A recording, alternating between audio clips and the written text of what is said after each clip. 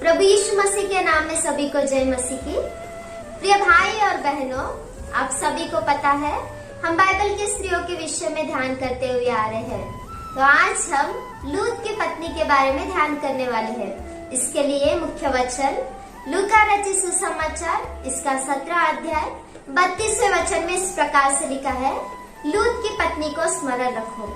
यीशु मसीह यहाँ पर कहते हैं कि लूत की पत्नी को स्मरण रखो। क्यों हमें लूत की पत्नी को स्मरण रखना है? क्यों यीशु मसीह ने हमें लूत की पत्नी को स्मरण रखने के लिए कहा है? लूत की पत्नी को स्मरण करके हम उसके द्वारा क्या सीख सकते हैं, ये सारी बातें आज हम सीखने वाले हैं। तो बाइबल में लूत की पत्नी का नाम लिखा नहीं है। लूत की पत्नी के बारे में अगर हम विचार करें तो सबसे पहली बात हमें याद आने वाली क्या है कहने से, नमक का खंबा। बाइबल में अगर कोई नमक का खंबा बना है तो वो लूत की पत्नी है। अगर हम संदर्भ को देखने से लूत और उसका परिवार सदोम और अमोरा में निवास करते थे। उत्पत्ति इसका 13 अध्याय 13 वचन को अगर हम पढ़ने से वहाँ पर इस प्रकार से लिखा है, सदोम के लोग यहोवा के लेख में दुष्ट और पापी थे। सदोम के लोग लैंगिक संबंध में या व्यभिचार के संबंध में या सृष्टि के विरोध के जो कोई पाप है उसमें रहते थे। इतने गंभीर रीति से पापी थे कि उत्पत्ति इसका 19 अध्याय अगर 4 और 5 वचन अगर हम पढ़ने से, जब लूत के घर में यहोवा के दूत आए थे तो कुछ लोग वहाँ पर लूत के घर को घेर कर कहते हैं, जो आपके घर में मेहमान आए हैं उन्हें हमारे पास भेज दो। ऐसे करके लूत के साथ बहुत ही जबरदस्ती वो कर रहे थे। इतने गंभीर पापी ये सदोम और अमोरा के लोग थे। इसीलिए ही परमेश्वर ने, अब मैं सदोम और अमोरा को नाश कर दूंगा, यहाँ का एक भी प्राणी बचना नहीं चाहिए, बड़े से लेकर छोटे तक पेड़ पौधे प्राणी सभी को नाश कर दूंगा करके परमेश्वर ने सोचा। और ऐसे सोचकर जब परमेश्वर की दृष्टि सदोम और अमोरा पर गिरी थी, परमेश्वर ने देखा कि लूत अकेला ही वहाँ पर धर्मी है। इसीलिए परमेश्वर लूत से कहते हैं, तू और तेरा परिवार सदोम और अमोरा को छोड़कर जो देश में आपको दिखाऊंगा, जो स्थान में आपको दिखाऊंगा, वहाँ पर जाओ करके उत्पत्ति इसका 19 अध्याय 17 वचन में स्पष्ट रीति से लिखा है। इस प्रकार से लूत और उसका परिवार सदोम और अमोरा को छोड़कर जा रहे थे। जाते जाते कुछ अंतर तक जब ये पहुंचे तो लूत की पत्नी पीछे देखकर नमक का खंबा बन गई। इसलिए यीशु मसीह कहते हैं, लूत की पत्नी को स्मरण करो। अगर हम लूत की पत्नी को स्मरण करेंगे तो हमें याद आने वाली बात क्या है कहने से, नमक का खंबा। ये नमक का खंबा बनकर अपने आप को नाश की, अपने जीवन को इसने खुद नाश किया। इसके कारण क्या हो सकते हैं कि लूत की पत्नी अपने जीवन को आप ही नाश की।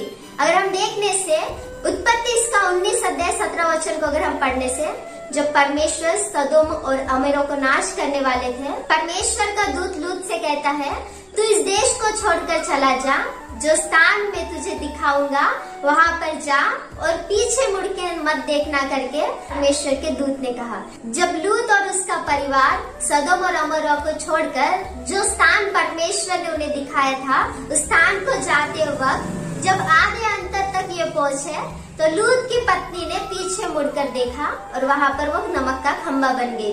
उत्पत्ति इसका 19 अध्याय 26 वचन को पढ़ने से वहाँ पर स्पष्ट रीति से लिखा है कि लूत की पत्नी पीछे मुड़कर देखकर ही नमक का खंबा बन गई। तो सबसे पहला कारण क्या है कहने से, इसने जो परमेश्वर ने आज्ञा दी थी कि पीछे मुड़ के मत देखना, फिर भी इसने पीछे मुड़ के देखा, आज्ञा का उल्लंघन करके ये वहाँ पर नमक का खंबा बन गई करके हम देख सकते हैं।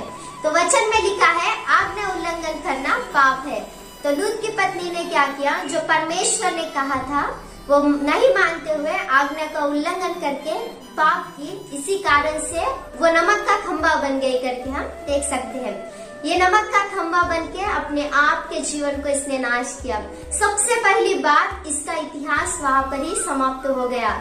इस पर परमेश्वर ने भयानक शिक्षा को डाला। तीसरी बात को अगर हम देखने से, मन फिराने के लिए भी इसे समय नहीं दिया गया। बाइबल में अगर हम अनेक लोगों को देख सकते हैं, परमेश्वर ने सभी को मन फिरा खिलाने के लिए समय दिया था, लेकिन लूत की पत्नी को वो भी समय नहीं मिला। इसने अपने इतिहास को वहीं पर समाप्त कर दिया। परमेश्वर का शिक्षा इस पर आया और वहाँ पर इसे मन फिराने का भी अवसर नहीं मिला और वहाँ पर वो नमक का खंबा बन गए। तो इसके जीवन के द्वारा, लूत की पत्नी के जीवन के द्वारा हम क्या सीख सकते हैं? परमेश्वर हमसे इस लूत की पत्नी के द्वारा क्या कहते हैं कहने से, तो एक स्त्री होने के नाते हमें क्या करना है कहने से, परमेश्वर की बातों को मानना चाहिए। परमेश्वर ने जो आज्ञा हमारे लिए रखे हैं उसी आज्ञा को मानते हुए आज्ञा के अनुसार हमें चलना चाहिए। आज्ञा को उल्लंघन नहीं करना, लेकिन आज्ञा के अनुसार चलने वाला जीवन हम सभी का रहना चाहिए करके लूत की पत्नी के द्वारा ये सबसे पहली बात को हम सीख सकते हैं। दूसरे कारण को अगर हम देखने से, जब लूत और उसका परिवार सदोम और अमोरा को छोड़कर जो देश परमेश्वर ने दिखाया था उस स्थान पर जाते वक्त जब आधे अंतर तक पहुँचे थे तो लूत की पत्नी पीछे मुड़कर देखी। तो दूसरा पॉइंट क्या है कहने से, पीछे मुड़ के देखी। पीछे मुड़ के देखने का अर्थ क्या है कहने से, ये स्त्री संसार की आशा से भरी हुई और संसार से प्रेम करने वाली की तरह हमें दिख रही है। ये लूत के साथ तो इसका शरीर है, परंतु इसकी आत्मा सदोम और अमोरा की सारी वस्तुओं पर है। अगर हम देखने से इसका मन अपने घर पर, अपने संपत्ति पर, अपने भेड़ बकरियों पर, अपने ब्यूटी पार्लर पर, अपने मित्र मैत्रियों पर, सभी पर इसका मन जाके है। लूत के पत्नी के मन में ऐसा था कि मेरा आत्मा नाश होने से नाश होने दो, परंतु जो मेरी संपत्ति है वो नाश नहीं होना चाहिए। इस प्रकार से रहने वाली स्त्री की तरह लूत की पत्नी हमें दिख रही है। संपत्ति के लिए अपने पति को भी छोड़ दिए हुई स्त्री की तरह हमें यहाँ पर दिख रही है। इस प्रकार से लूत की पत्नी का जीवन था कि संसार से प्रेम करने वाली, संसार के वस्तुओं से प्रेम करने वाली, संसार की अभिलाषाओं में रहने वाली, धन संपत्ति पर, सोने चांदी पर प्रेम करने वाली की तरह लूत की पत्नी हमें दिख रही है। तो इसके बारे में वचन क्या कहता है कहने से, पहला यूहन्ना इसका 2 अध्याय 15 वचन को अगर हम पढ़ने से, तुम न तो इस संसार से और न संसार की वस्तुओं से प्रेम करो करके परमेश्वर के वचन में लिखा है। लेकिन अगर हम लूत की पत्नी को देखेंगे तो ये संसार से और संसार की वस्तुओं से प्रेम करने वाली की तरह हमें यहाँ पर दिख रही है। अगर हम याकूब इसका 4 अध्याय 4 वचन को पढ़ने से, वहाँ पर इस प्रकार से लिखा है कि व्यभिचारिणियों, क्या तुम नहीं जानती कि संसार से मित्रता करना परमेश्वर से बैर करना है। वचन में स्पष्ट रीति से लिखा है कि संसार से मित्रता करना परमेश्वर से बैर करना है। तो लूत की पत्नी ने क्या किया? संसार से मित्रता की और परमेश्वर से बैर की। लूका रचित सुसमाचार इसका 14 अध्याय 25 से लेकर 27 वचन तक अगर हम पढ़ने से, वहाँ पर यीशु मसीह खुद कहते हैं, उसका अर्थ क्या है कहने से, परमेश्वर से बढ़कर और किसी से प्रेम नहीं करना। अभी जो हमने 3 वचनों को देखा है, इसमें पहला वचन है, तुम न इस संसार से और न संसार की वस्तुओं से प्रेम करो।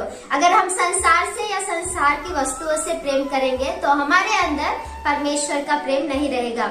दूसरे वचन को अगर हम देखेंगे तो वहाँ पर लिखा है, संसार से मित्रता करना परमेश्वर से बैर करना है। और तीसरे वचन को अगर हम देखने से, परमेश्वर से बढ़कर और किसी से प्रेम नहीं करना।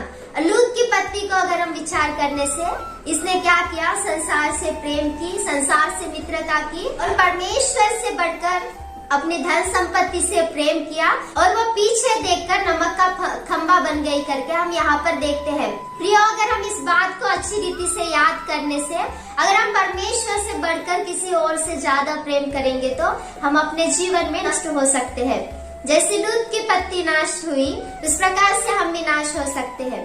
पीछे का मतलब क्या है कहने से, अविश्वास, पाप का जीवन, संसार की आशाएं, ये सारे अर्थ इससे आते हैं। तो एक मसीह होने के नाते मसीह जीवन में ये सारी बातें हमारे अंदर नहीं रहनी चाहिए करके हम यहाँ पर सीख रहे हैं। तो प्रेरित पौलुस भी फिलिपियों इसके 3 अध्याय 13-14 वचन में कहते हैं, पीछे की बातों को मैं भूलकर आगे की बातों की ओर दौड़ा चला जाता हूँ। उसी प्रकार से हम भी पीछे की बातों को भूलकर, संसार की आशाओं को भूलकर, पुराने जीवन को भूलकर, अविश्वास को भूलकर, परमेश्वर की ओर देखते हुए, परमेश्वर को हमारे मन में रखकर विश्वास से परमेश्वर जो मार्ग हमें दिखाते हैं उसी मार्ग पर चलना चाहिए करके लूत की पत्नी के जीवन के द्वारा ये दूसरी बात को हम सीख सकते हैं। तीसरे बात को अगर हम देखने से परमेश्वर के जो उद्देश्य स्त्री के ऊपर थे वो उद्देश्य ये स्त्री पूरा नहीं कर पाई। ये एक अच्छी आत्मिक माता नहीं बन पाई, एक अच्छे धर्मी पति की पत्नी नहीं बन पाई। ये दोनों बातों में भी ये फेल हो गई। यीशु मसीह कहते हैं, मत्ती रचित सुसमाचार इसका 5 अध्याय 13 वचन में इस प्रकार से लिखा है, तुम संसार के नमक हो। अगर हम नमक के गुणगण को देखेंगे, सब्जी कितनी भी अच्छी रहने दो, अगर उसमें नमक नहीं रहा तो उस सब्जी को हम नहीं खा सकते। नमक का रंग किस प्रकार से रहता है कहने से, नमक सफेद रंग का रहता है। सफेद कलर का अर्थ क्या है कहने से, पवित्रता का जीवन।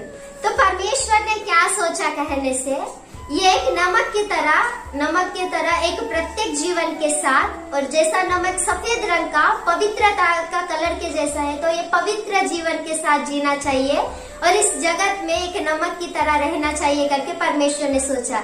लेकिन ये नमक की तरह नहीं रहते हुए लास्ट में नमक का खंबा बन गई करके हम यहाँ पर देख सकते हैं। इस प्रकार से अपने इच्छा के अनुसार जीकर ये अपने जीवन को नाश की और लास्ट में ये नमक का खंबा बन गई। लूत की पत्नी नाश होने के कारण क्या है, ये 3 बातें उसके विषय में हम सीखते हुए आ रहे हैं।